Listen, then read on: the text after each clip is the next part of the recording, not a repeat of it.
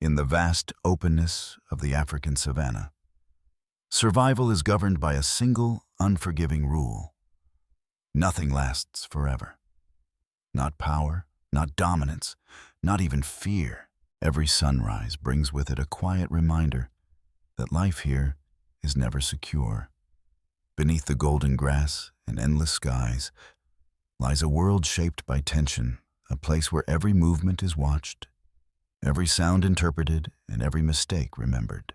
For centuries, humans have crowned the lion as the ultimate symbol of authority.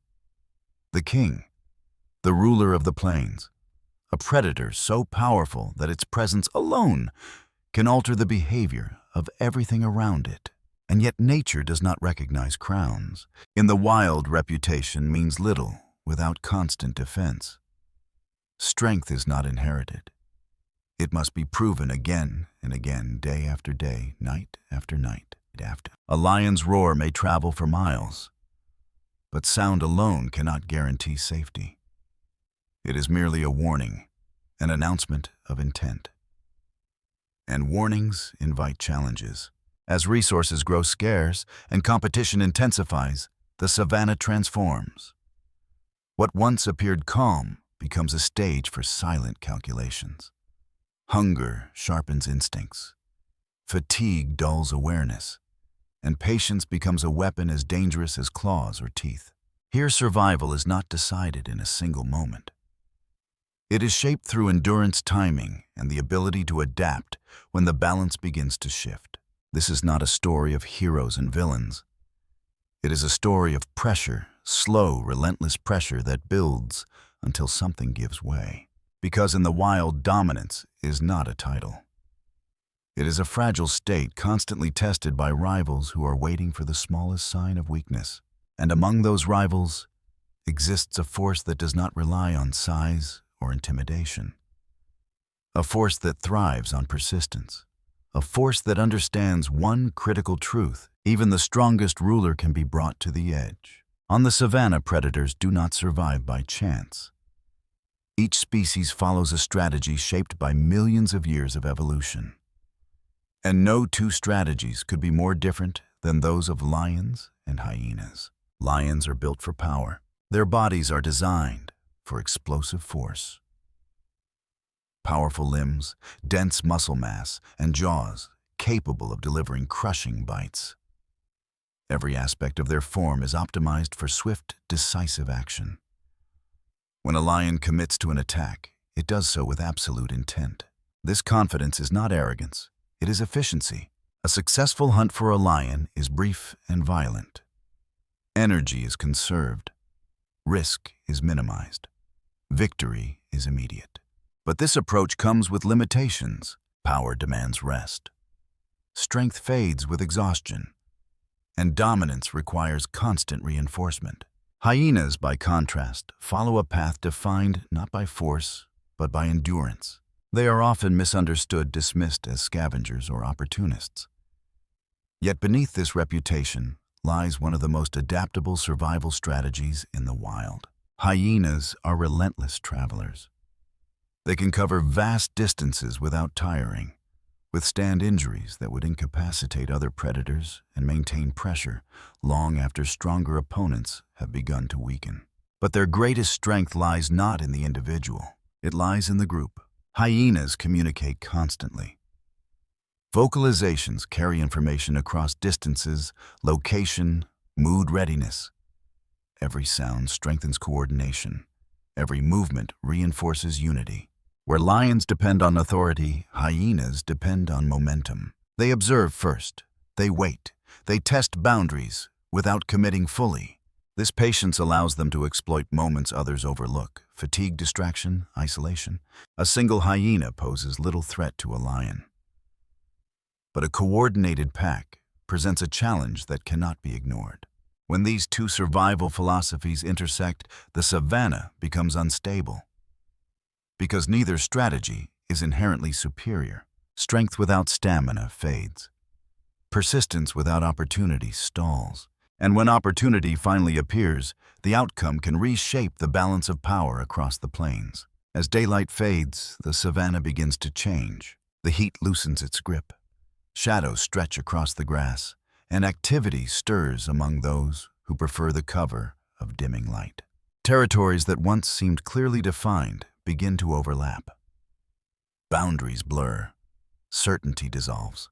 Lions move with deliberate confidence, patrolling familiar ground. Each step reinforces ownership, not just of land, but of reputation. Their presence sends a clear message: this space is claimed, but ownership in the wild is never absolute. From the distance, shapes emerge. Movement without urgency. Sound without confrontation. Hyenas do not announce themselves through dominance. They announce themselves through persistence. Their calls ripple through the air, not chaotic, but structured. Each vocal exchange strengthens the pack's awareness, tightening the invisible network that binds them together. This is not an ambush. It is a convergence. The lions sense it. Their posture shifts. Muscles tense. Attention sharpens. Every direction must be watched, every angle accounted for. Pressure builds not suddenly, but gradually. This is how territory changes hands in the wild. Not through immediate violence, but through sustained challenge. The longer the standoff continues, the greater the cost. Energy drains, focus narrows, and the margin for error shrinks. What matters now is not who strikes first, but who endures longest. Because in prolonged encounters, patience often outlasts power. The confrontation does not erupt. It unfolds. Lions hold formation, maintaining distance while projecting authority. Every movement is measured. Every sound restrained. They understand the stakes. One misstep could unravel control. Hyenas respond not with aggression, but with positioning. They adjust angles, forcing the lions to turn repeatedly, burning energy with each rotation. This is not a physical attack. It is a psychological one. The savanna becomes a silent chessboard. Each step forward, each pause carries consequence. Numbers begin to matter. As the pack grows bolder, space tightens.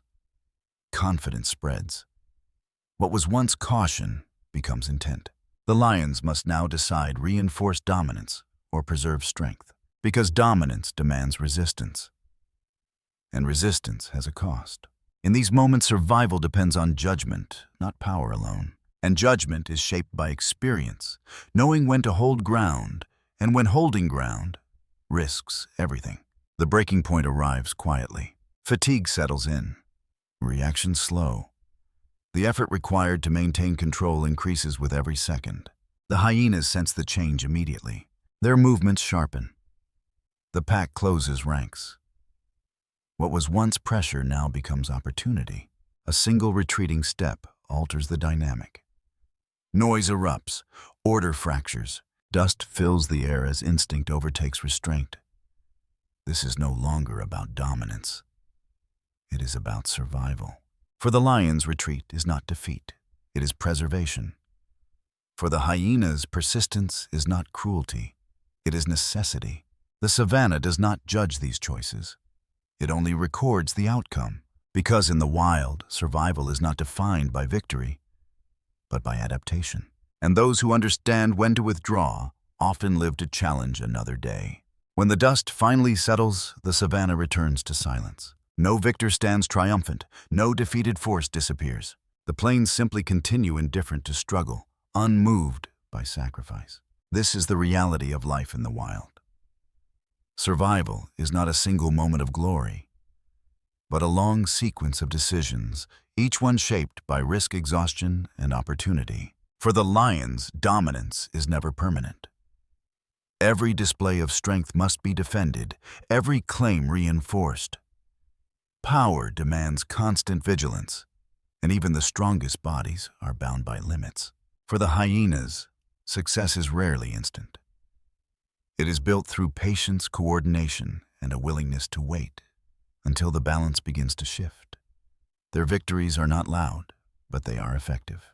Neither strategy is morally superior. Neither side is wrong. The savanna does not reward courage alone, nor does it punish caution.